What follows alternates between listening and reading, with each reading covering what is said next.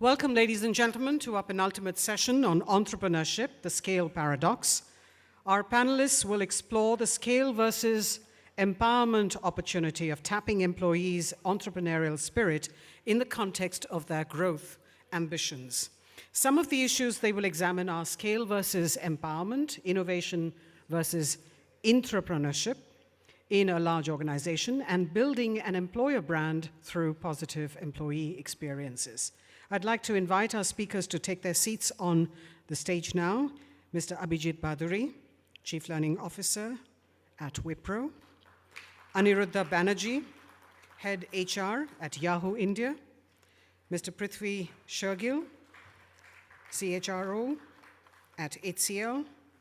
Mr. Srikantan Murthy, Senior Vice President, Group Head, HR, Member Executive Council, Infosys. Mr. Vijay Bharadwaj, Vice President, HR at Dell. And Mr. Sandeep Bhushan, Vice President, Digital HD Media, and our moderator for the day. I'll just quickly introduce our speakers to you.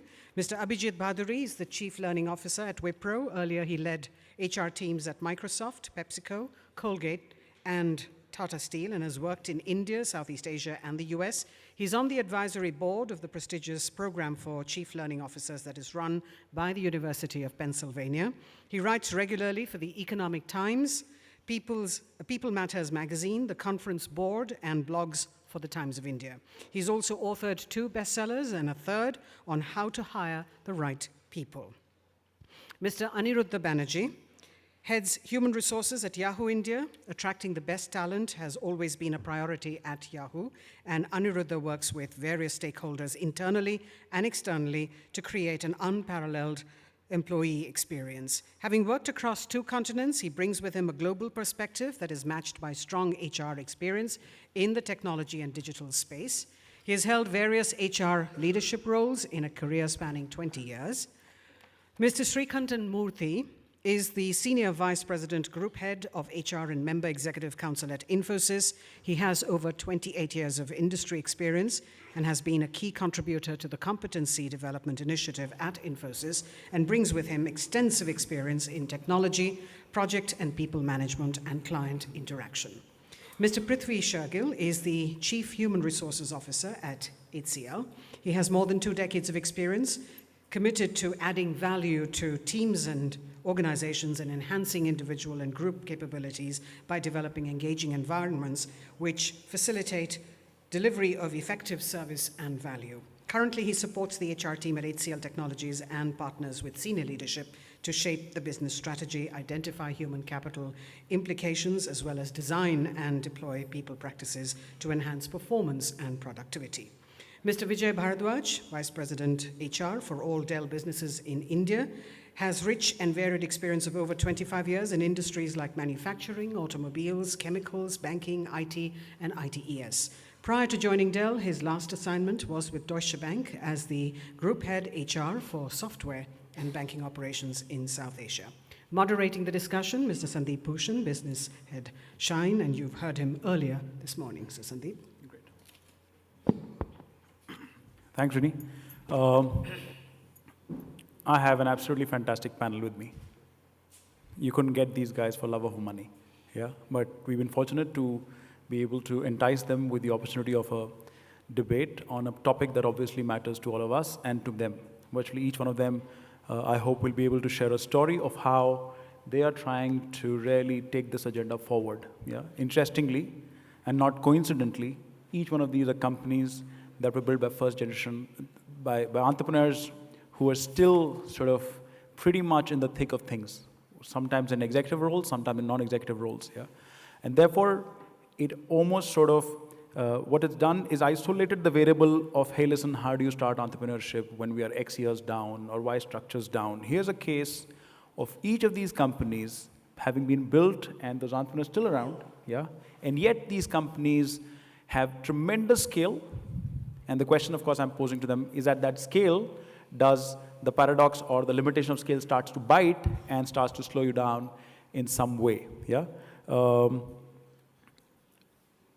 I'm going to just sort of state a definition here, because we're going to use a couple of these words interchangeably as some speakers have done in the past, so that we're all equal on it.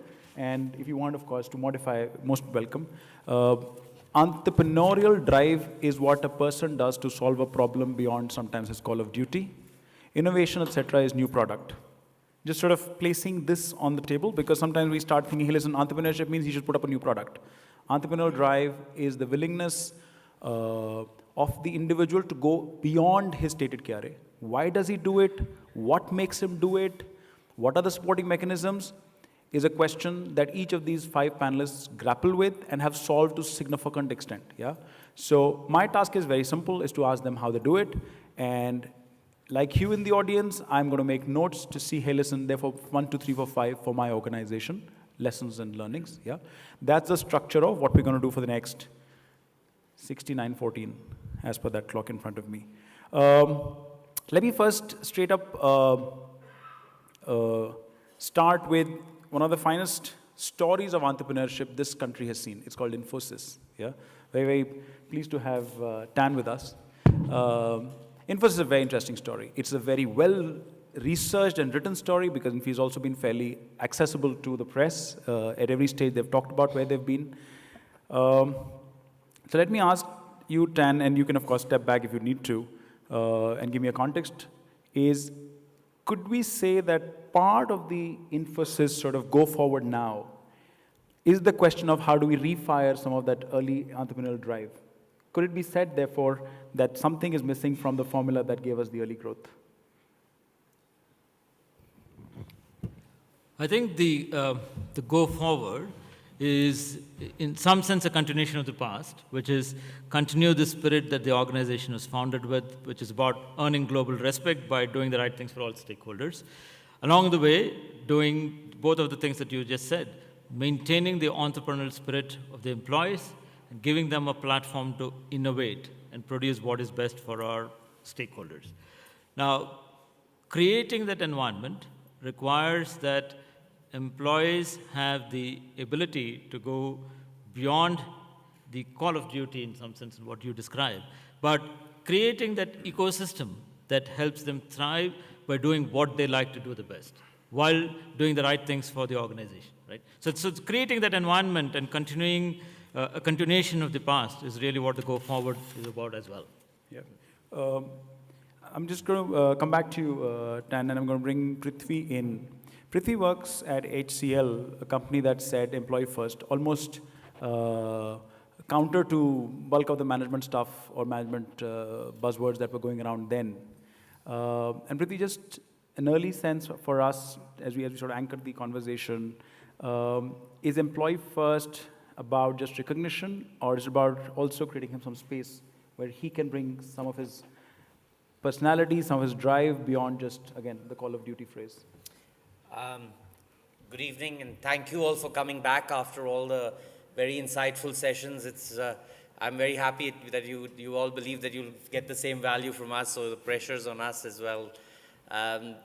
Thank you for the question. I think, there's been one thing I learned over the last couple of years that I've now been with HCL, that employee first, customer second gets confused very quickly as an HR strategy. And being invited for an HR session and saying that it's not an HR strategy, maybe I won't get invited anymore. But the reality is that, 7 years ago when Shiv and Vineet looked at where the business had reached, as entrepreneurs themselves, they realized that what really drives business growth is represented in what we've started recognizing as the value zone, which is the interaction between the employee and the client or the stakeholder. And unless we start putting that employee first, the customer will never stop feeling that he's second. So, really the strategy was to liberate the employee and recognize them that, they are the ones who are taking the value that the organization has promised and committed to clients. And that's really what EFCS has stood for us. So, and that's what has really been captured as an entrepreneurial zeal that, even our history, whether it's our history or whether it's what has happened in the last 7-8 years and what we foresee going forward, really, is all about. So entrepreneurial zeal as a component of the whole employee first That's right. piece. I'm still searching for a couple of definitions here, and then I'll start nailing it into what do we do with it. I'll just jump across now to Vijay. And the issue at hand is of how do we figure out opening up those energies that we can then harness. Dell, of course, is one of the staggering examples of entrepreneurship, which not just, of course, questioned industry practice on the kind of products should we deliver, the kind of supply chain we should look at, but every aspect of running a business, actually, in many ways. As today you stand with upwards of 100,000 folks,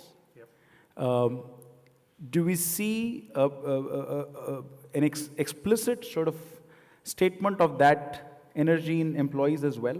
Is there a connection between this is an entrepreneurial firm, every employee has to act like that? Or it's a conscious choice that you're making, hey, listen, in some cases, in some parts of the business we need it, in some parts of the business we don't need it? Okay, very interesting question. So let me first of all, you all know the Dell story, that somebody started in a hostel room with about $1,000 in his pocket and went on to create an empire which is almost $60 billion today. And I think the entrepreneurial behavior or zeal or whatever word you want to use, maybe culture, I think that has to be ingrained into the DNA of the organization. And the answer to your specific question, does it go with a particular kind of business and only that business needs it and the other business doesn't need it, or only a particular group of employees need it and the others don't need it? I don't think that's really true. This culture or zeal has to be all pervasive. Everyone in the organization should get it very clearly, that this is the way to be, this is the way to succeed. I mean, let me just go back a little bit in the history. Dell is today 29 years old. So when the company started, for first many, many years, almost about 20 years, we were box sellers. We were just making desktops and laptops, and then we got into servers, and we got into storage, but everything around hardware. And then we figured out, typically, exactly like an entrepreneur who was able to see into the future and say, this is not going to be really forever. And we had to take some risks. We had to change. So last 5 to 6 years, we have changed the company tremendously. Pretty much like an entrepreneur, when he sees a new idea, he or she grabs it, builds on it, and converts it into a new business possibility. So in the last 2 years alone, just to give you an idea, we have bought a number of businesses to make ourselves an end-to-end solutions company and no longer only a box-selling company. And last 2 years, the companies that we bought totaled $13 billion. So you imagine for a company which is about $55, $60 billion, $13 billion is almost 25% of your revenue, yearly revenue. So that's a huge amount of risk, but a calculated risk, and risk which is blended with foresight where the world is headed and where you need to take your company. Now, that could not have happened if there was one person thinking about it. If it was only Michael who was thinking about these great ideas and the rest of us were just sitting in cozily in wherever we were in the organization. No, it won't happen. So it does percolate down. And I think the entrepreneurial behavior or culture really is something that cascades down. It comes from the top to the next level, to the next level, and then all the way down to the junior most employee. That's the way I see it. Yeah. So actually, you've turned the problem a little bit in another slightly different spin. And is that an entrepreneur at scale couldn't run his company entrepreneurially, which is pivoted around to new opportunities if the whole company wasn't sort of living, breathing some of that energy. Yeah? Absolutely. It's almost counter, therefore, that I'm an entrepreneur on top, but my company won't be entrepreneurial. It just won't work. Yeah? It just doesn't work. And of course, the Dell whole buyback piece, etc. They're talking about even more freedom to do the stuff that an entrepreneurial organization needs to do, take some risks that the market may not sometimes allow. Exactly. You know, if you just see the way we wanted to do it now, is that we want to be free. We want to be moving even more quickly. Yeah. We want to go after opportunities for which we don't need any approval from the street or from the stock market. And that's why the company went private.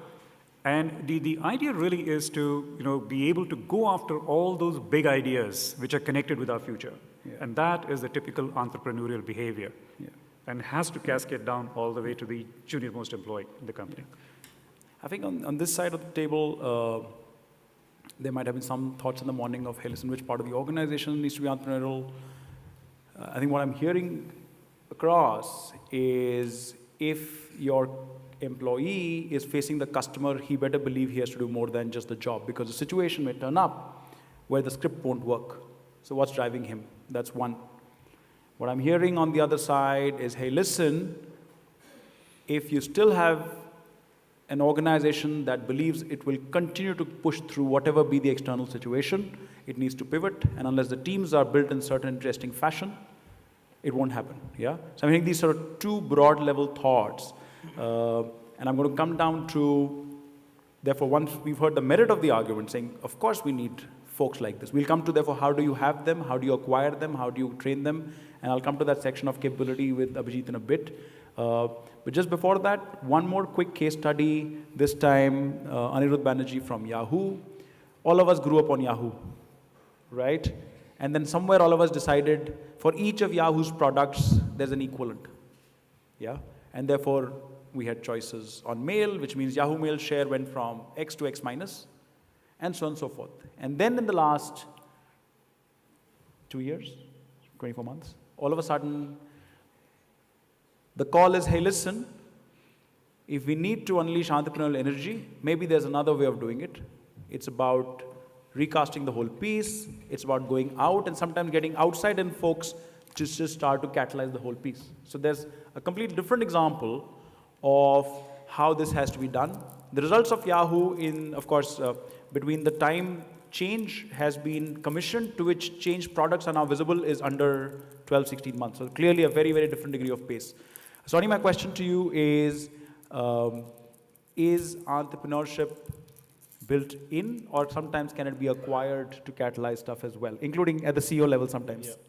Actually, that's a great question, and I think it's actually a little bit of both, but let me be honest with you and look at the last 12 months in Yahoo. And I'm going to talk about a term which some of you may have heard called acqui-hires, and acqui-hires are like actually acquisition hires. So if you look at Yahoo over the last 12 months, we've purchased over 20 small companies, and you'll find a couple of characteristics which are very similar. One is they're extremely mobile enabled, which is all about what we want to do. They're into technologies that we are either into or trying to get into. And lastly, the people in these companies have skills that in many cases we have a dearth of, or maybe we don't even have to start out with. So, that's been a great strategy. But an interesting thing which has come up from that is basically what I call the cultural mashup. So if you look at Yahoo, and I know people say, is it a new Yahoo, an old Yahoo? Well, one thing if I look at Yahoo's culture, it's always been very fun, innovative, kind of irreverent, and also very accepting of different ideas. So what's happened is you've got this company called Yahoo that has a culture, and these companies, which are these acqui-hired companies, have this very entrepreneurial flavor. They're quick, they're scrappy, they're agile, they take weeks to get products out. So the interesting thing is the mashup has actually been pretty good so far. So we're appreciating that, learning from them, and they're seeing some of the benefits that we have. So, one example I actually, Sandeep, I want to share with you is that is a company called Lexity. Now, Lexity was actually started by a gentleman by the name of Amit Kumar. Now, interestingly, Amit is actually a boomerang, so that means an ex-Yahoo. He left our Sunnyvale campus a couple years ago and had this really cool idea for basically an e-commerce app platform. And lo and behold, he developed that over a couple of years' time, and we actually purchased that. And he's coming back from, Yahoo again. His head of India here is also an ex-Yahoo or a boomerang. So to see that kind of juxtaposition is interesting. So it's kind of the old Yahoo, which is now amplified and reinvigorated, and a lot of cultures and companies coming into it as well. So I think we're doing a bit of both. Yeah. So Yahoo is another example of pushing the whole entrepreneurial sort of activity at one end, signaling it very strongly from a top management sort of point of view, saying this has got to change. Yeah. And innovation being sort of brought in, as well as bought in. And of course, I'm going to circle back to each of the panelists in terms of figuring out what structures, what incentives work to make some of these pieces happen eventually. These are just sort of broad strategic sort of placeholders at this point of time in terms of what we need to achieve. I'm going to bring Abhijit into this. Abhijit may be the most well-known person on this panel. Don't know why. He writes. His mug is on a very big newspapers many a time. And Abhijit does the very interesting work of capability building. Yeah. So, Abhijit, I'm going to open the capability discussion with you. And of course, you can reflect on the Wipro experience, but also of the tremendous amount of experience you might have in the other organizations. The whole area of entrepreneurial zeal and drive, if there is absolute consensus that, hey, listen, we need it, right? Then what are the capability markers, both at the talent acquisition level and talent management / L&D level, that you would look at or you may be currently doing to start making sure this cauldron is sort of bubbling appropriately? So I think I want to talk about 4 quick principles. First is, I think, when one is looking at organizations, it's quite interesting that a lot of the organizations which start off, which are successful, eventually will end up going from the so-called, garage model. It starts off with a few people across the table, and then as it's more successful, it will scale up to be an organization. And I think the two need to be run differently. However, there are some principles which remain common. So the first principle I want to talk about, what needs to be done is that the agility needs to be at 2 levels. One is in the external facing element of it, which is, when you're looking at the market, when you're looking at the customer, to be able to have agility in the system so that, whatever the customer is saying, the ideas that are coming across, and that really gets reflected back into the organization in terms of the actions that they take. The second element would be in terms of looking at it, staying agile internally, which is through listening to employees. So customer at one end, employees at the other end, customer externally, employee internally. And if you sort of look at it, that's, and I could, talk about examples. So, what Prithvi talked about as employees first, customer second, regardless of sequence, both need to be managed. Or what Tan talked about, I think, similarly. And what Vijay talked about as Dell's experience as you acquire. You talked about the acquihires. All of them, they actually reflect the same principle. Second element is that the entrepreneurial behavior would have some kind of universal tenets. So one of them is what we talked about, but we've got to understand that there are also some elements which are country specific. So what is defined as entrepreneurial behavior in one culture is not necessarily seen as entrepreneurial in another culture. It's just, looked at as something that you should be doing anyway. So it's not defined as that. The third element is that, which is that the entrepreneur has to think of 2 aspects. One is when the companies start off, the entrepreneurs are extremely clear about what is the business, what is the product or the service that they are going to offer, and how are they going to market it. So there is the tangible business side of it, which is articulated very well. But I think there is another element for an organization to remain entrepreneurial long term. The entrepreneurs also need to have real clarity about what are those non-negotiable elements of culture.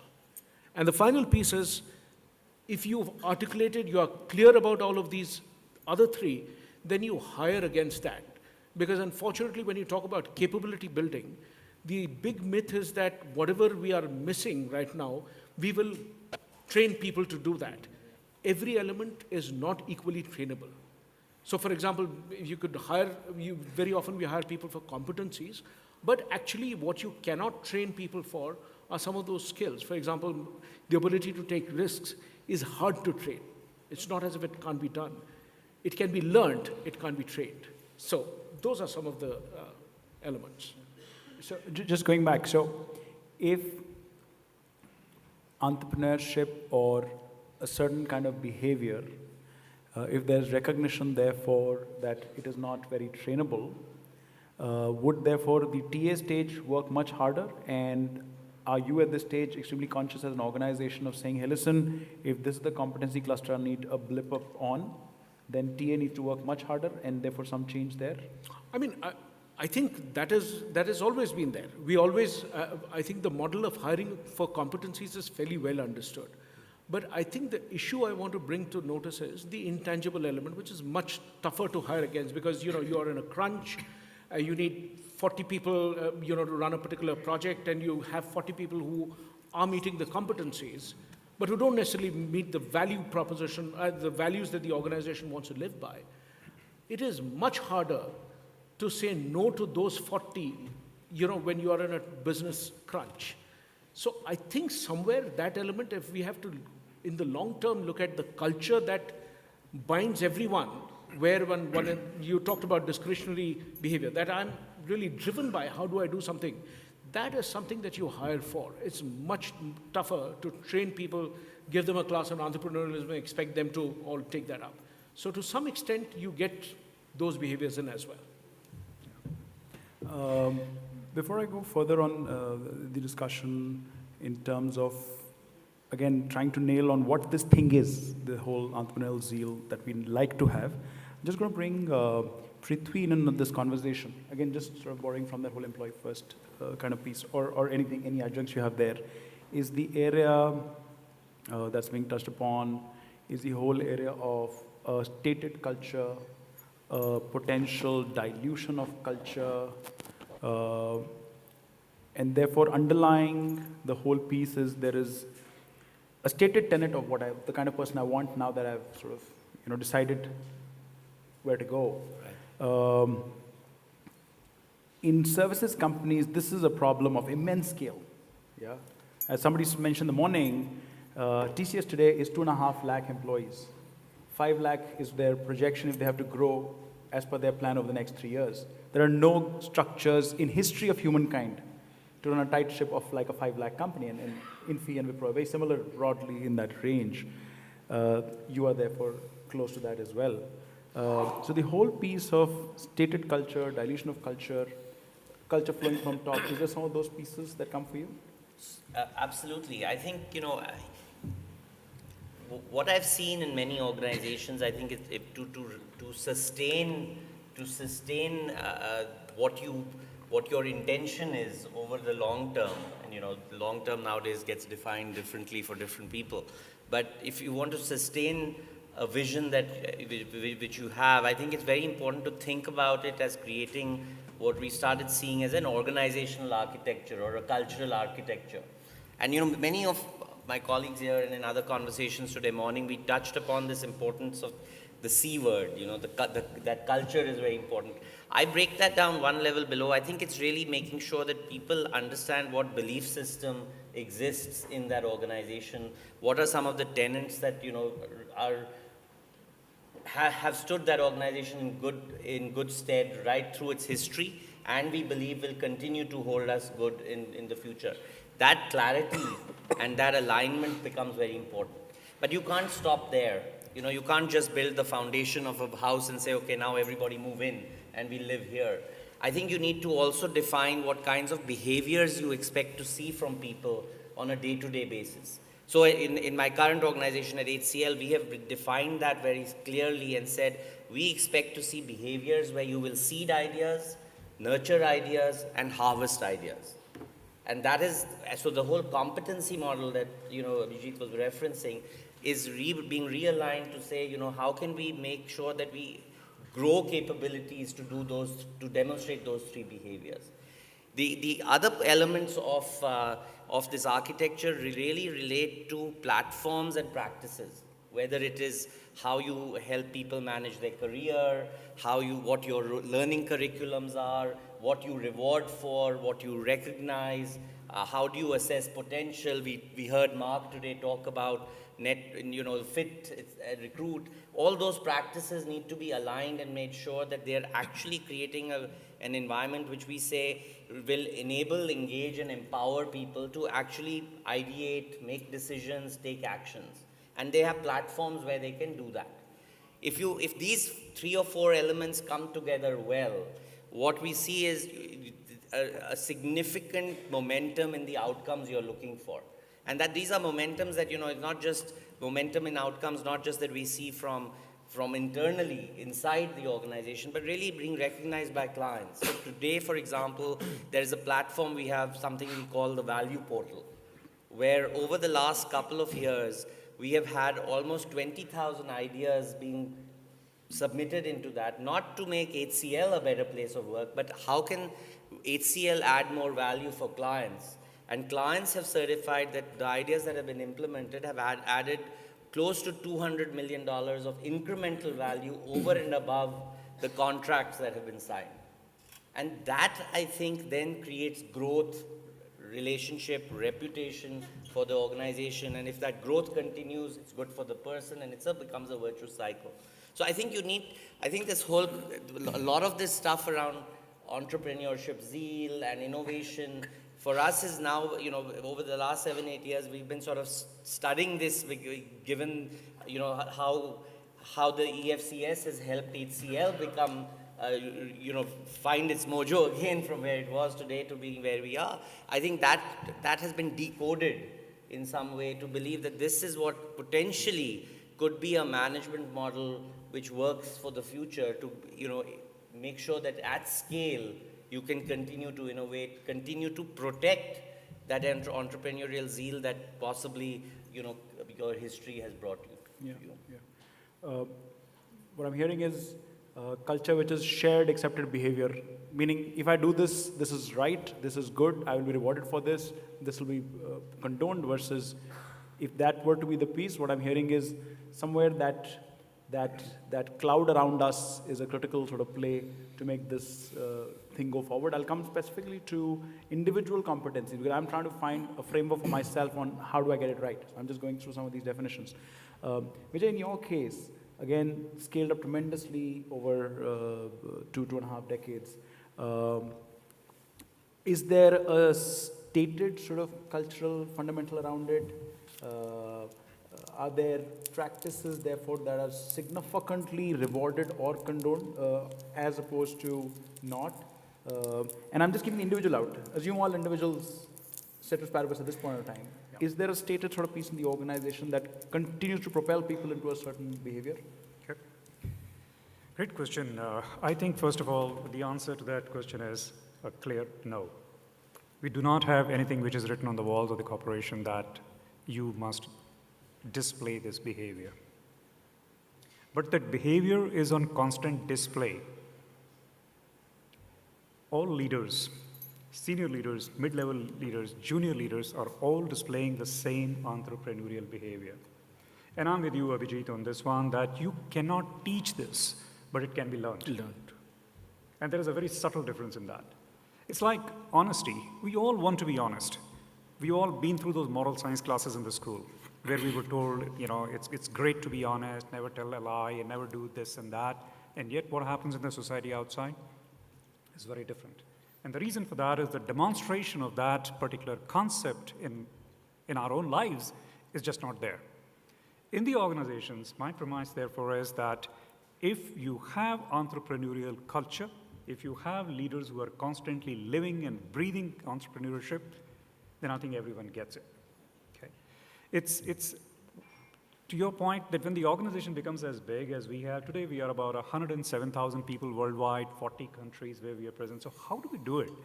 I can tell you very clearly in our own experience, especially last 5 years, we have been struggling with certain things because we think that they stand in the way of company continuing to be very entrepreneurial. And what are those things? They're very simple things, and we are all aware of them. Bureaucracy is one of them. Information exchange is another one. Where it doesn't happen, then you have a problem. Obviously, just mere demonstration of culture is not going to help you there. The other thing is that the risk-taking. If my team is not going to see me taking risk on certain crucial questions that I'm dealing with, there is no way any one of them is going to be taking any risk whatsoever. So when you actually have these things which are constantly on display, everyone in the company is doing it, then I think that whether you call it the ecosystem, as Stan called it, or you call it culture, or you call it zeal, it just gets rubbed off on everyone. So that's why I say that you can't teach it, but all of us can learn it if we live and breathe in that environment where this is being practiced all the time. So, Vijay, my question, just to follow up on this one, is unless it is either measured or rewarded / punished. Yep. Yeah. So I'd like to learn, but hey, listen, if I didn't learn, then there's something happened to me. Organization will take a view on the issue. Are there mechanisms somewhere, self-correcting mechanisms? Because I see the point of the culture. I'm just trying to find for me a formula. As I make my organization grow to some scale now, we're a few thousand people, but with ambition of being larger, what are the interventions that come to play to either wrap a guy on his wrist, or tell him, hey, listen, dude, carry on. And at this point in time, both of their results may be similar. Very simple. I think, in these matters, you must be able to recognize and reward the right behavior. It's an old theory, nothing new about it. But the teams which have been entrepreneurial, teams which have really tried new ideas, which have become big success, and we have quite a few of them in our own organization, those teams have been rewarded, and those teams have marched far ahead of other teams which had not been able to do it to that extent. So the message is very clear that this is the path the organization is expecting you to walk down, and that's the way you grow the company, and that's the process by which you grow yourself. There are other simple things that you do, not necessarily big words and jargon around it. At Dell, we allow anyone to go and do any other job that you wish to do. So you could be a finance person, but you want to be in sales. You're a salesperson, you want to be in HR. You do something else, and you want to change it to something very different. Prepare yourself for it. We are willing to take a chance. We're willing to give you that appointment, that assignment. And the reason really is that just like an entrepreneur decides to try out new ideas for success, individuals also try new assignments to grow themselves, to be successful, and to be growing themselves and their careers.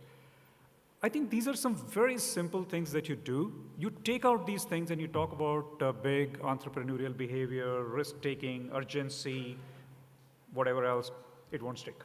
Yeah, that's fair, that's fair. I think the whole simple piece even of cross-functional movement is an example of walking the talk in some way. Dan, in your experience, and you've been part of the Infosys journey for a significant amount of time, if you were to look at the product cluster side of your business, let's say Finacle, versus the services side of business, which employs a significantly larger number of people, and I'm not trying to hone in further, go deeper into a particular organization, and if therefore all the pieces are supposed to hold pan organization, I'm just trying to see if there are minor nuances we let go and we allow or we promote. Do you find behaviors different? Do you allow for behaviors different? Do you put people of a different behavior? Maybe in product, you may choose to say, I want a certain kind of people. So the whole expression of this entrepreneurial zeal, and I'm taking, therefore, an illustration of a product or services in a single large company, do you see a difference in behavior of individuals there and how those teams are being built? Yeah. So, you asked the earlier question about the future, and I think this morning there was a conversation of non-linear growth, right? So products and solutions play a critical role in this non-linear growth journey, right? So Finacle, of course, has been a product offering from Infosys for a while. Now we have the entire suite of products and platforms that we've come up with over the last 18, 24 months. All of this is a manifestation of that journey, but what does it take? And I think going back to the original premise of this conversation on the role of scale and innovation. I think because of scale, we have been able to have some of these grow from within the organization, create products within, give the backbone to it, and give the freedom and capability to nurture the growth of products and platforms. Right? In the 18 months that service has been around, they've been able to get more than 700 million in total contract value from being within this ecosystem, right? So that would mean that you create something that is different from an outcome, but also in terms of the engagement with the people, the outcome that the people create, and an infrastructure that lets them deliver and be measured in a manner different from how services people are measured. When you look at a services organization, you're looking at measuring people on how much did you bill in a month, right? That's not how you can look at people who develop products and platforms. And therefore, creating those mechanisms that help you measure people differently, help them perform differently, and attract people who have the capability to create that intellectual capital are different. And all of that are able within an organization that is scaled because you have the wherewithal to seed them there and help them grow. And I'll come back to the whole scale piece and when the scale starts to bite. So clearly, culture is telling me I will be rewarded for this behavior. We know in the absence of that shared culture, there is a lot of noise and confusion. I think Vijay makes the point that, hey, listen, at every stage, you're seeing that assert itself and tell people, hey, listen, this works in this organization, yeah? And then it's a nice virtuous cycle. I'm going to go across to, again, Ani and Abhijit on the issue of, therefore, appropriately rewarding such behavior, yeah? If we have said it is important, if it is said, hey, listen, I will, of course, reward you in various ways, are there conscious rewards that we are seeing as we as we see that there's a process required? The hypothesis here being, if there are 12 people across a table building a new company, clearly we exchange rewards over the dinner table, right? We were having that conversation earlier, yeah? Now we're saying, hey, listen, the following pieces, if done well, will be rewarded, yeah? And in this case, entrepreneurial behavior of some sort or the other. Are there mechanisms you found in your experience or that you may be currently using where such behavior is rewarded, and how visible is that? Sure. Okay. So I think I want to sort of answer that question by taking a definition of entrepreneurship. Sure. And to me, a very simple definition of entrepreneurship is it's a person for whom the dreams are bigger than the resources. Right? Which means what I want to do and what I can logically do is not, sort of does not match. So if you look at these two elements, there is a intangible element, which is, you know, the dreams which are there. And, you know, the resources are the tangible piece. And I think when you look at that, the tangible elements are always easier to manage because we know what they are and how to train people in that. And, you know, so because it can be measured, we can train people in. So therefore, step one is that whatever is measurable can be trained, and that's the easy part of it, which is the resources. So we can tell people that, you know, if you need to spend something more to get this done, go ahead and do that anyway. So that's an easy part of it. I think the other element of it is always tougher, which is the intangible element. And in that equation, dreams is really the intangible element. Whatever is intangible cannot be trained, but it can be learned, as I said.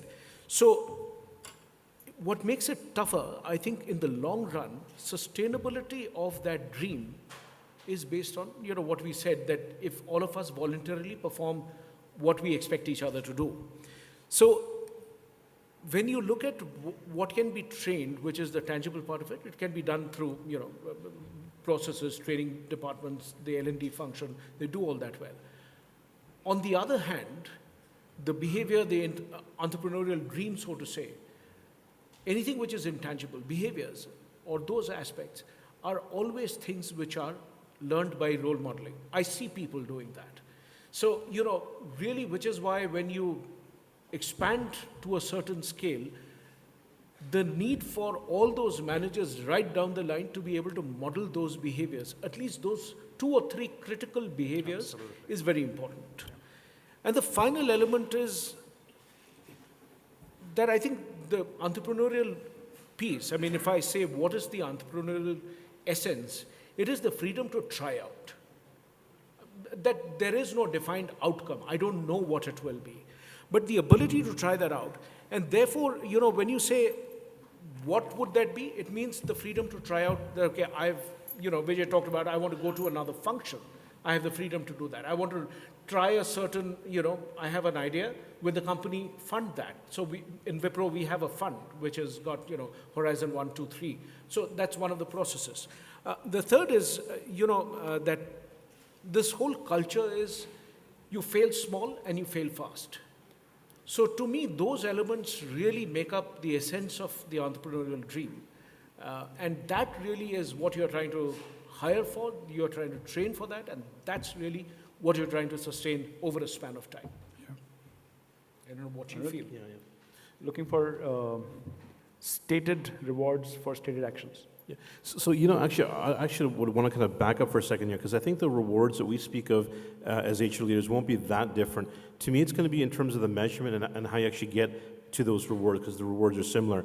And if I look at product companies over the ages, you know, taking products and taking years to roll them out, right? Then we got into taking months to roll them out. And now the environment that we're in today, it's going to be, let me step back. How's that? Okay. And it's actually looking at weeks to actually roll out products. So if you look at your traditional performance management and measurement systems, in my opinion, they're antiquated. If you're looking at saying there is a yearly process for giving feedback and rewarding people, and here's your money, your stock options, your international transfer to Switzerland, that's great, but it's out of date. So to me, what's really important is looking at goaling and feedback in a very quick and dirty kind of methodology. What I mean by that is that I think it's really important to look at things like a quarterly goaling process where you're not going to, it's almost like the back of a cocktail napkin where you and your manager sit down and say, what are the things that we're actually working on which are going to add value to the company? That's aligned to the overall organization. You know, mid-year that quarter, constantly having that conversation to say, how are you tracking vis-a-vis that? Are those goals still relevant? Because you know what, they may not be. And then end of the quarter, actually looking at what the goals have been accomplished by the individual, what the impact is, the relativity to other peers, and giving direct feedback. So I think one of the things that we keep on hearing is that, I wish you gave me that feedback a long time ago. So for us to be able to give that gift of feedback, of course correction and measurement, you've got people able to do things quickly, changing, ideating, and taking those risks and saying that, hey, if I were to get these 2 cool ideas, I have to probably fail at 8 of them. So I think it's very important to kind of go back, look at the measurement of it, get the feedback of it, and do it in a quick time. You won't get it perfect. It may be more of an 80-20 sort of thing, but unless you can actually go and do that quick goaling, feedback, measurement, course correction, and aligning with the overall organization, you're lost. And then when it comes to the actual rewards part of it, I think it's much easier because it's objective. If we're all being compared with those quarterly goals, and those goals are shared, I think you got to share those goals transparently with all employees. As an employee, I should know what the CEO's goals are. My direct report should know my goals, my peers' goals, et cetera, and that creates a transparency that if something does happen, let's say, Sandeep gets transferred to Sunnyvale, California, I know it's transparent because I know what he's working on, what the feedback has been, and relative to my peers. If I do that in a vacuum, that's the problem. So I think that getting to the rewards is the easy part, but you got to get the measurement right. That's sort of my take on it. Yeah, sure. Prithvi, before rewards, Ani brings in the whole point of the performance management program itself that does take into account behaviors like this. Yeah, I think that's what he's alluding to. In your experience, how do you tie it in? Because my journey will continue to be to find that specifics that I can again take home. Yeah. So far, what we've talked about, and very, very appropriately, I think we've talked about the tenets of the culture we need. We've talked about behaviors, how to build them, how to grow them. I'm actually a little more simple. I believe that an entrepreneurial behavior, people demonstrate it because they expect some returns on that. The returns come in different ways, and some of them you've expressed. I think we have found that at scale, and it's very important, there is a difference, I think, that does creep in, that when you're operating at scale, you have every kind of person from society working with you. He has a different value systems, he has different drivers. So when he comes into the organization, it's very clear to say that, we are looking, at least what we found works very well, we are looking for you to add value to the client you work with. If you add value to a client you work with, the best way you can do that is, of course, to do your performance measurements, your performance goals, your expected role, etc. But beyond that, we want you to come up with ideas that will add value to him. And if you do give those ideas and they're executed and they have an impact, we will recognize you. I think what I'm finding in today's multi-generational workforce is recognition, is calling somebody out and saying you are what we call an ideapreneur at HCL, is a very clear form of reward because he feels he is differentiated from his community. He feels he is a distinctive performer. So we spend much more time on that space. Do we give a tangible reward so that he can go buy his family dinner, or can he maybe buy his extended family dinner depending on the size of the impact he's had? Absolutely, because they have all contributed to him spending many more hours developing that idea, nurturing it, and then actually executing it. So yes, we've implemented incentive programs which allow people to actually feel that all that investment they've made, if the idea gets executed, does have some tangible reward. But is it something that changes his livelihood and his earnings potential? No, it's more to say that you are special, you are different, your entrepreneurial behavior is being recognized, and we encourage you to continue to do that. Prithvi, though, my take would be that, the idea of entrepreneurship is really tested not in terms of what you do well, but how does the organization behave when you fail?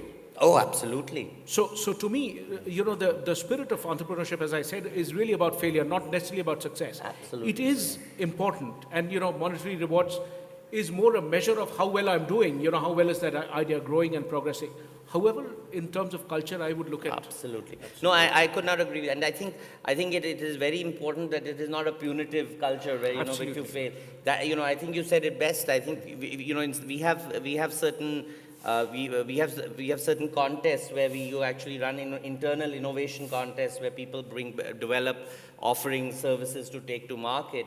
And in the last 2 or 3 that I have attended, I have actually seen that ideas which don't make it are as applauded as the ones that win, because at least we know that we've thought it through, we've put in the effort to build and nurture an idea, and actually it's not workable. Yeah. And I think that's as important as what you just described. I'm going to open this question both to Dan and Vijay, taking off from the consensus that's sort of built. In large organizations, reward programs, incentive programs, performance management programs have to be,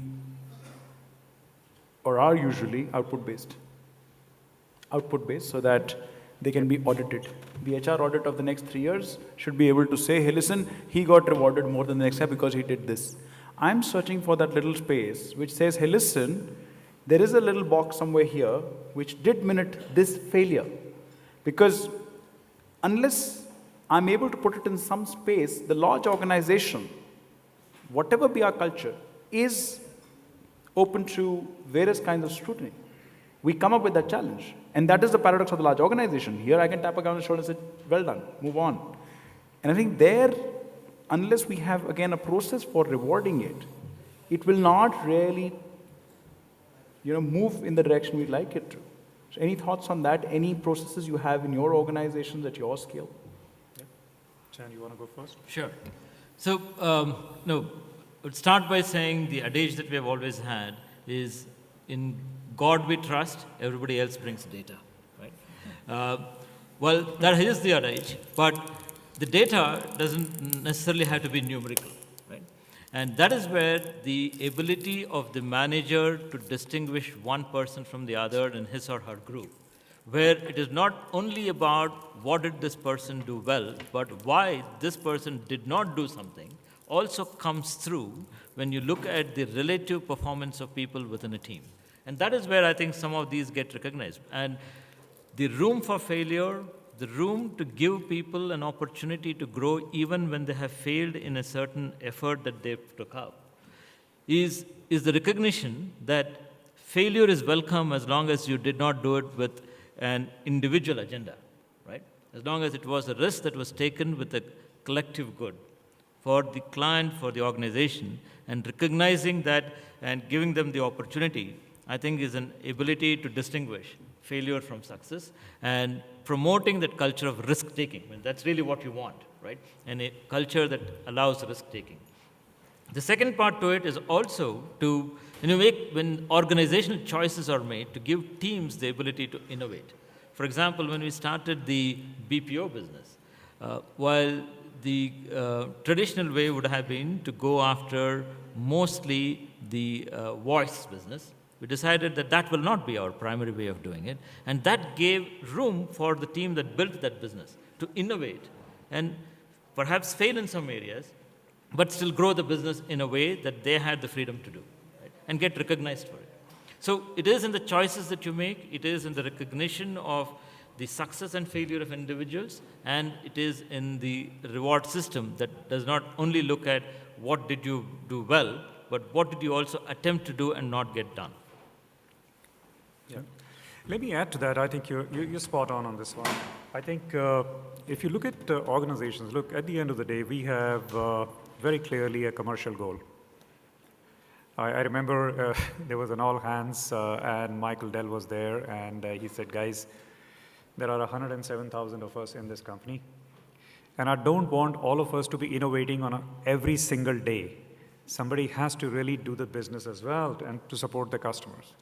So I think as an organization, it's very important for us to be focused on what is it that we're going to deliver. And if we have delivered, then that must be visibly recognized and rewarded. And not just internally, but externally as well. And I'll give you a couple of examples. I think I see many people who have worked with Dell, who are probably now with other companies over here in the crowd. And you also heard about the direct model of Dell, which is you just sold everything to the customer direct without any middleman in between. No distributor, no dealership, no nothing. You got everything straight from the company, so prices were down, product was absolutely latest. Guess what? It worked very well for 20 years. And then it started to really kind of stumble and struggle. There was a guy who challenged that model and figured out something very different. And today, Dell is not following direct model. It is there, but there are other options also to do business, and they are very successful.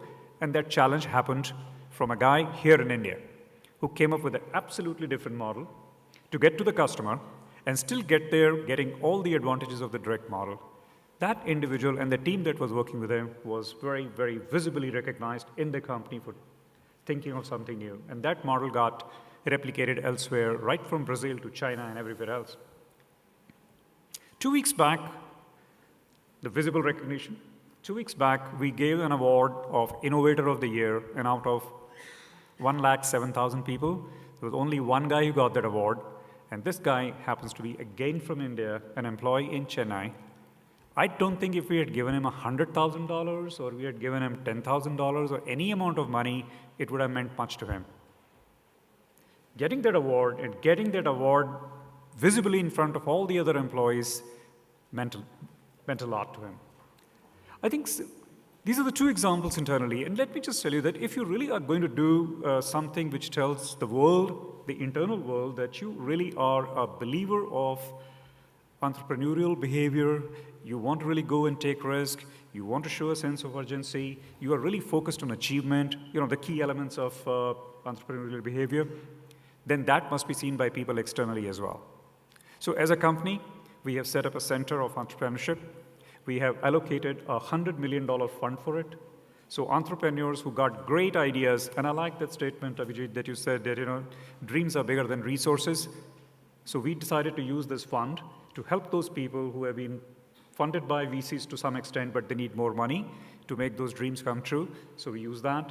We have another very visible area which we call Dell Women Entrepreneurs Network. It's probably the only one of its kind in the world. Every year we get 50 top women entrepreneurs from the world together in one city of the world. We pay for everything that is required.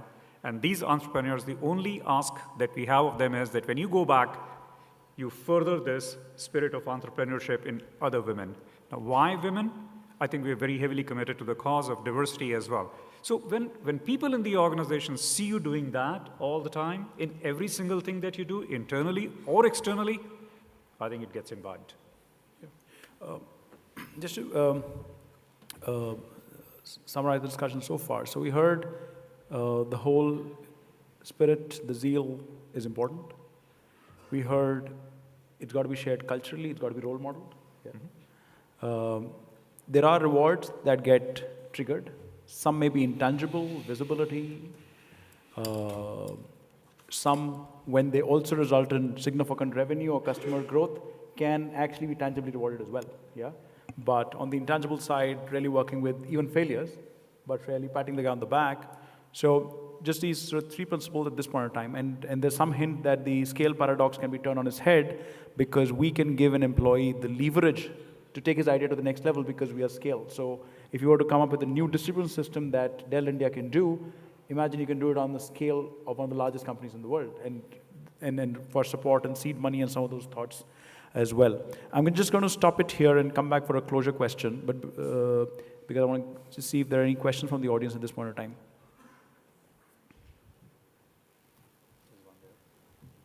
There's one right in the center, please.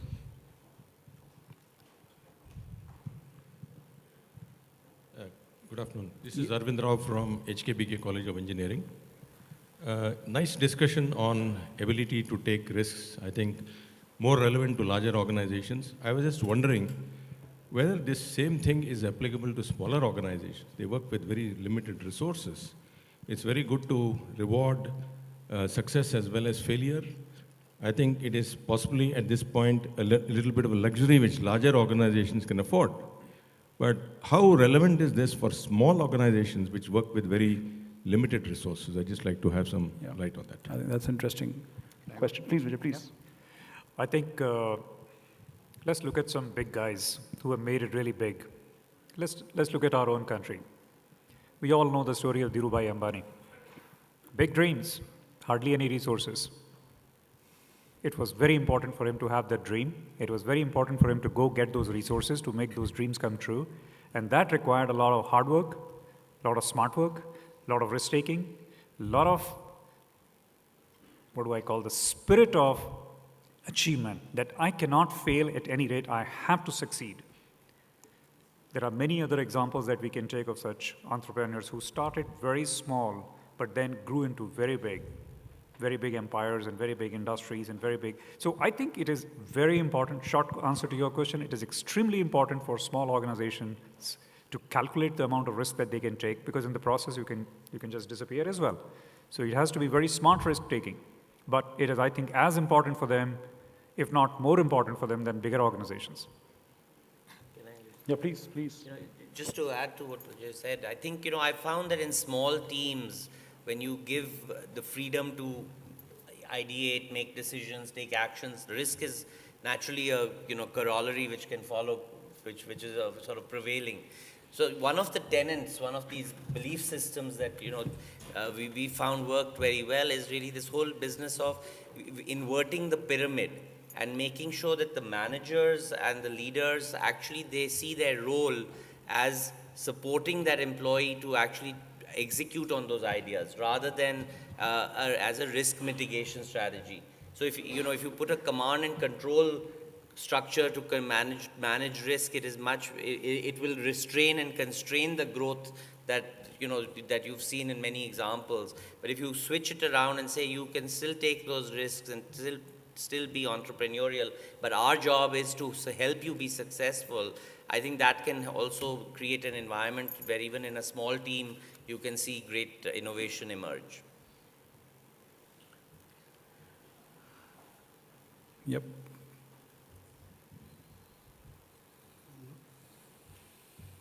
Sir, I am Ali from Tata Consulting Engineers. This is regarding creating the system of linking the hidden talents and aspirations of the people with the CSR activity of the organization. And this is an example.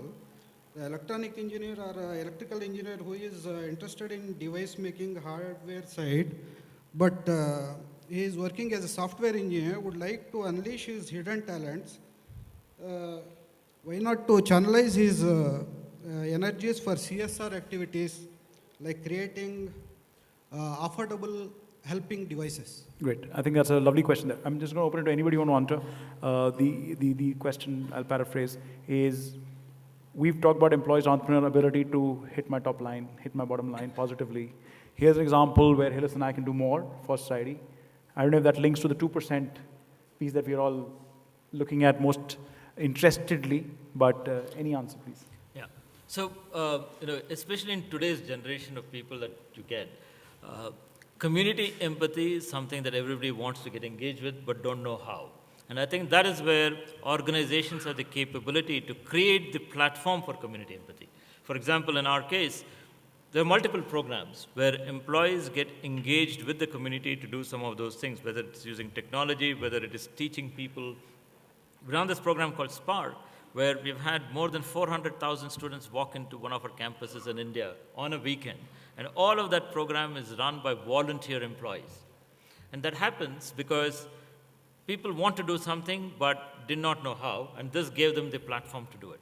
So larger organizations definitely have the capability to engage with the employees in that energy and use that energy for the larger good. And there are several forums to do that. This is just one example of it. Yeah, I think the larger organizations have a responsibility actually to enable some of this, because one of the things you'll find differentiated in India, in our talent management practices, is a much deeper sense of responsibility to societal contribution. Whether you look at our entrepreneurs, you look at our leaders, you look at our employees, there is a much deeper connect about the need to contribute to society. And we need to, as large organizations, have play a big role in that. One of the ways I've seen it done is in my current organization is, we run something called MAD Limited, which stands for Make a Difference, Lead the Difference. And this is a innovation contest we run, which is open to students all across India to come up with ideas, and we will then seed that to help them grow that idea into a business which is focused on social development, which is focused on community impact, community development. And I think those are the kinds of things that we should encourage, because I think you'll see people in India respond to that much more actively. Thank you. I want to take a follow-up, please. I need someone else on the mic, please. It's creating common platform. Can I of please interrupt you? organizations for Excuse me, sir. Can I go to another question, please? CSR activities. I'll take another question, please. I've got the question. I think it's a very valid question and a couple of ideas here. But again, it's really, so the larger organizations can create some of these plays. Yeah, please. Hi, my name is. You're audible. Hello? Yeah. Hi, my name is Parag. I represent a company called Landsoft. We're talking about, getting innovative ideas from employees. How does organization like yours ensure that the employees have the confidence to share those ideas, right? Because, some of them could be path-breaking products or services. So how organization like yours instill the confidence in the employees to share that innovative idea, and their rights are protected and things like that? Good idea. Please. Actually, that's a great question, and I think one thing, I'm not sure if you've heard of this. We've got actually a quarterly hack day, and if you're not sure what a hack day is, basically it's like a coding jam. So this is something that we do in Yahoo globally every quarter. We even do at universities. So if you can imagine the scene, it's going to be a bunch of engineers working over a day's time, actually overnight, and they're coming up with neat ideas, technologies, apps that we can actually use later on. And literally work in the middle of the night, pizzas everywhere, caffeine, Red Bull, etc. And if you look at that actual coding jam or hack day, there's some incredibly innovative ideas that come up there. Now, it doesn't matter that, let's say, there are 100 people in the room. Maybe we'll only get one good idea. That's actually okay. So these happen very, very regularly. And I'll give you an example that even now we're finding benefit in this one. If those of you who have, an iPhone or Samsung, you may have got the Yahoo Weather app. That actually recently won a design award from Apple. That's actually from one of the hack days. So you got people sitting there in the middle of the night, part caffeine, part enthusiasm, coming up with the idea. That's one great way to actually get people involved in a very safe environment to keep innovating and trying new things, and it's okay to fail. So, and there's a lot of rewards with that. And even some of the failures that we find in the hack day, somebody will bring it back to the work environment saying, wait a second, you know what? Over that 24-hour or 12-hour time frame, if I change these 3 parameters, this may actually work. So that's one way that I think we found it pretty good. And we've got great feedback from our employees. We even go to universities and do that. So we've got hack use is what we call them. Yeah, so I just had a quick one that, so in Wipro, for example, we have something which is like a internal VC fund, where people who give their ideas, and depending on, so various ideas come through, and each one actually tries to explain what is the path of executing that particular idea. And those ideas which actually get sieved through get funded. Now, they are funded over a time span. So they get funded over a, horizon 1, 2, and 3. And the ones which are, going to make it to the market actually finally continue to get the funding until it hits the market. So there are various examples of divisions that have been started internally or areas that people have contributed to. However, it is not necessary that the one who suggested the idea is also the one who's running the division. The reason for that is we think that they are 2 different skills. Every good salesman is not necessarily a great sales manager. Every great ideator is not necessarily a good executor. In some cases, it coincides, which is terrific. But that's how we do it. I'll just take 1 minute. Actually, that is part of my question, how to encourage people to give ideas and how to see them through. But more importantly, how do you ensure that people have the confidence in sharing that idea? They will look for proof. If they have seen Right. that work, they will, come across it. If it is only a statement, people don't believe that. Exactly. And so is there any legal thing also around it, or how is it? I mean, how do you protect that? I mean, how does an employee So feel? the- so I mean, there when is you're a- starting off Yeah, initially. so there's an as- elaborate process by which that IP is protected, shared, etc. I mean, so, So, yes, so there's some framework in place. yeah, there is. Dan, you want to go? Yeah, so, confidence for people, we found using a technology platform is a great leveler for anybody with an idea to express them. So we created this platform called My Idea, My Infy for people anywhere in the organization, any part of the globe to express their idea. And we also made it open for others to vote on those ideas.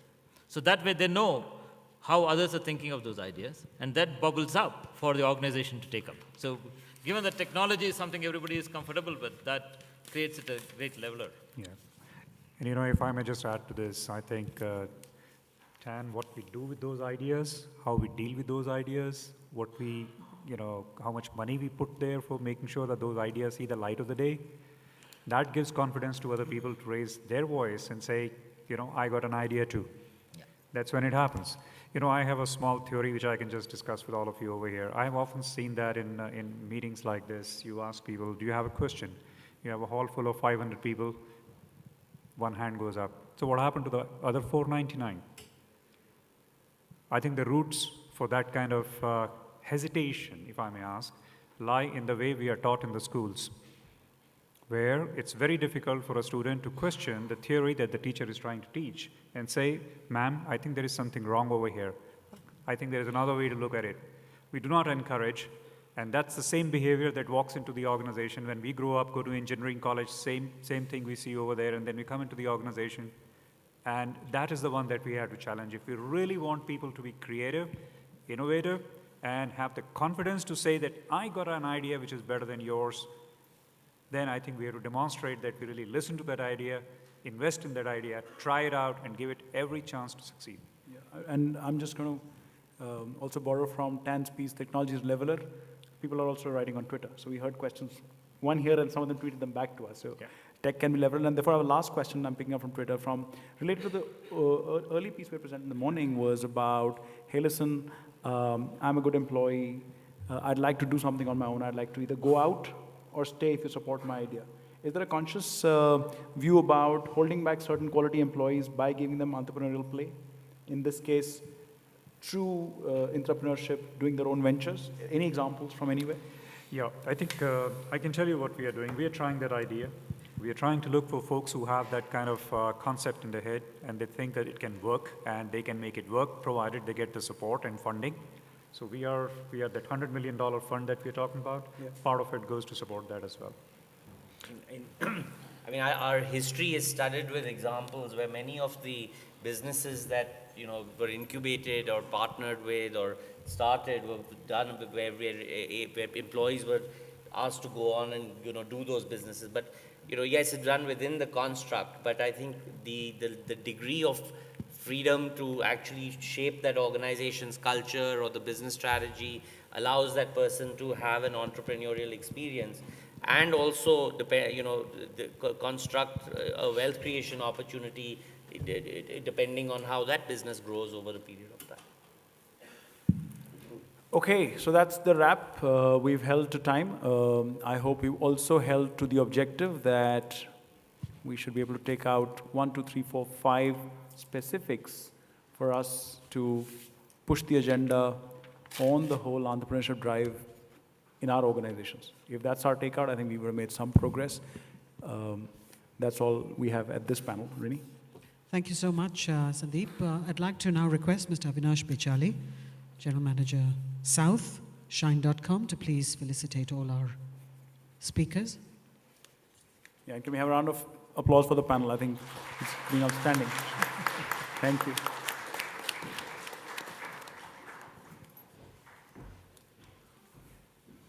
So we begin with Abhijit Thanks for having Bhaduri, us here. Thank you. Aniruddha Banerjee. Sandeep, of course, gets applause, not a gift. Prithvi Shergill, Srikantan Murthy, and Vijay Bharadwaj. Thank you very much. If I could request our panelists to quickly step forward, take the picture, and then step into the audience arena so that we move on to our last session, which has Professor Ramados, HR leader, strategist, and executive board liaison, faculty at the Alliance University, speaking to us.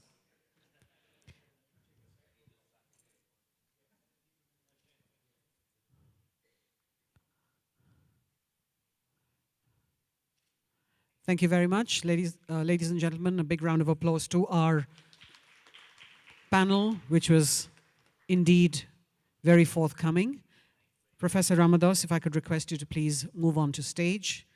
Professor Ramados has been doing all of what I described, that is strategy, being an HR leader, an executive board liaison at the Alliance University, and more for more than 3.5 decades. As a chief human resource officer, corporate advisor, and senior vice president, he has served as the strategic partner to executive leadership in national and multinational corporations, including Titan Industries. As the head of human resources and industrial relations, his engagement across organizations, talent strategy, win-win labor relation initiatives, leadership development, and employee engagement have led to transformation of organizations into highly profitable, multi-billion-dollar industries. Professor Ramados. Thank you. Good evening to all of you. When I've been introduced as a professor, don't be afraid, I'm not going to take a much longer time. I'll be very short and sweet. In fact, first of all, I would like to congratulate and compliment the organizers for organizing such a wonderful HR summit today. Let us all give them a big clap. From the morning, I have been thinking on the 3 questions raised by Mr. Sandeep Bhushan. Number 1, how does one do it on a large scale? How does one translate innovative ideas into action? How do you promote employee brand using this? I have been in 38 years, I've been working in HR, out of which 30 years as head of HR, last 15 years as head of HR for one of the large Tata companies. My experience, these 3 questions I've been reflecting, and I could very clearly connect.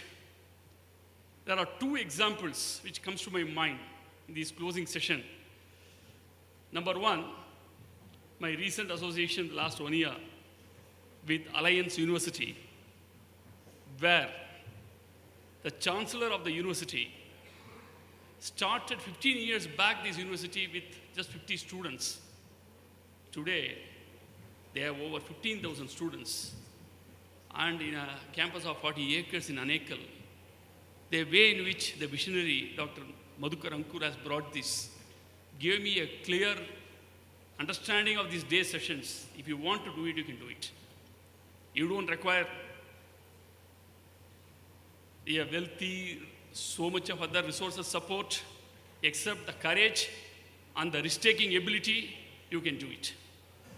The second is my own personal experience in Titan. Probably all of you know Titan Industries. We are in 4 businesses: watches, jewelry, eyewear, and precision engineering. One of the Tata companies, top 10 Tata companies. In 2002, we made a huge investment in Europe, and the organizational stability was at stake, leading to a near loss situation, a 10 crore profit. At that point of time, we took 2 initiatives. One relating to the shop floor employees, another relating to the managerial population. We asked all the operators, numbering about 3,000 people, why can't you go and sell in the market the products manufactured by the organization? It started with the shop floor people going to the market And thereafter, they said, sir, we love to do the business rather than working in the shop floor. And we said, you need a lot of skills and capabilities to be on your own to run a retail store. Then they said, sir, whatever training, whatever you want, we are willing to support you. So we started a 1-year retail training program, including how to speak in Hindi, how to have a good English communication. We gave them a 1-year training.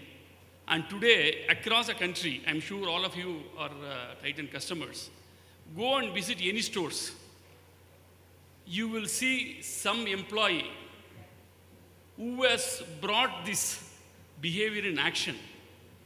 Today, they are working as store managers. That entrepreneurship, what they have brought in as a skill, has been exhibited, and today this organization has reached a 10,000 crores turnover with 1,000 crores profit.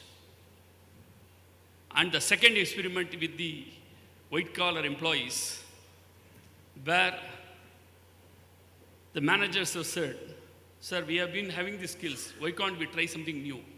So all the new businesses, we have developed a certain process. We have formed several cross-functional teams and called many of the professionals across the industry and asked them to come and judge their capabilities, who are ready to be on their own and willing to take up new businesses. I can proudly say at this point, all the growth of the organization has happened by the employees, the managers, who never had any direct experience in running a manufacturing unit or running a business. But today, they are all running their own businesses. Having said this, when I reflect back, what will be the key ingredient for making this happen? Definitely it is your recruitment, which is going to play a very key role.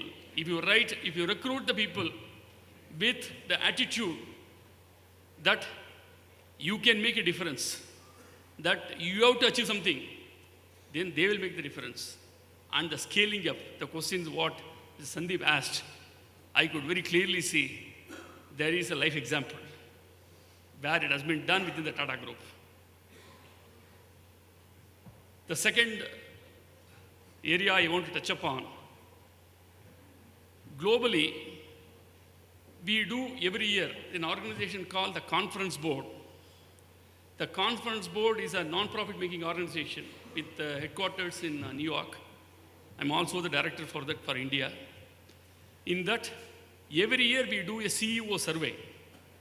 769 CEOs we surveyed, and all of them said the number one concern for them is the human capital. When you ask them, if this is your number one concern and challenge, what strategies you have to make it happen? The Indian CEOs who participated in the survey, they said growing the talent internally, creating an innovative culture through the internal employees, by which creating an employee engagement is a strategy what most of the CEOs in India said. Whereas when we surveyed the CEOs in US, they focused as the number one is how to become innovative, how to be entrepreneurship has to be brought in at a managerial level as a key behavior is what the American CEOs, if you could really look at the cultural difference, the focus here has been more on growing the internal talent, where in US it was a bit different. But nevertheless, fundamentally, across the globe, the only way in which today the organizations can grow is by being innovative. Every one of them has to focus only on the innovation as the way to grow their organization. And the last point before I close, if you need to create an innovative culture, you need an engaged employee. And I have co-authored a book on employee engagement. In the research, what you have done on that, the number one point which comes is the job challenge. If the employee has a challenging job, then it is not the compensation, it is not any other factor which is in the top. In our research work, what we have done on that, number one comes is the job challenge. So if job challenge has to be given to an employee, you have to create an environment for making him to do what he wants to do. And developing that behavior is what we have discussed for the full day. I'm sure all of us have a lot of learning, very interesting insights into the whole process. And I'm sure we will go much enriched. Thank you very much for giving me this opportunity. Good luck. Thank you very much, Professor Ramados. May I request Mr. Bechali to please do us the honors of presenting a small token to Professor Ramados. Ladies and gentlemen, we've come to the close of a whole day of discussion and deliberation, and we are really happy that you were all here to join us in this HR Summit. Thank you very much. We'd like to just quickly thank all our sponsors, our associate sponsor, Alliance University and Ramco, talent resource partner, Randstad, wellness partner, Vidal Health, knowledge partner, Bharat University, event partners, TAPI Management Institute, Manipal, Geetam University, NRI, and Aviare Educational Hub. Thank you very much for all the support and interactions that you have given us during the day. We look forward to the next HR Summit. Thank you.